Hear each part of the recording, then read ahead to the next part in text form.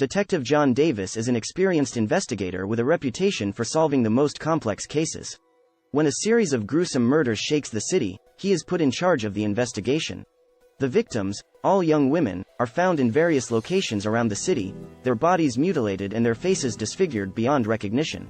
Davis is initially at a loss, as he can find neither a connection between the victims nor a motive for the murders. As the body count rises, Davis becomes increasingly frustrated. He works around the clock, sifting through evidence and interviewing witnesses. Finally, he hits on a lead. All the victims had attended the same college, albeit at different times. With this crucial information, Davis is able to build a profile of the killer. He is intelligent, methodical, and has a deep-seated hatred for women. But despite his efforts, the killer remains untraceable.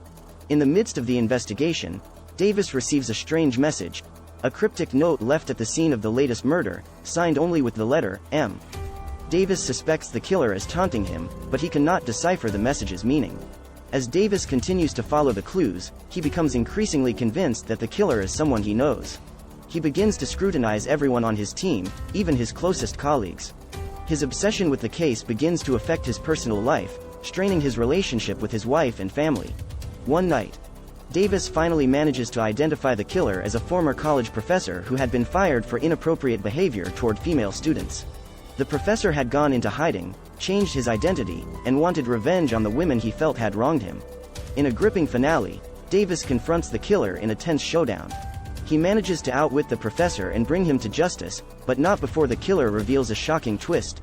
There was a second killer working with him all along. The second killer turns out to be one of Davis's colleagues who was secretly working with the professor. Davis is stunned by this revelation and realizes that he has been working with the killer all along. After solving the case, Davis is stunned.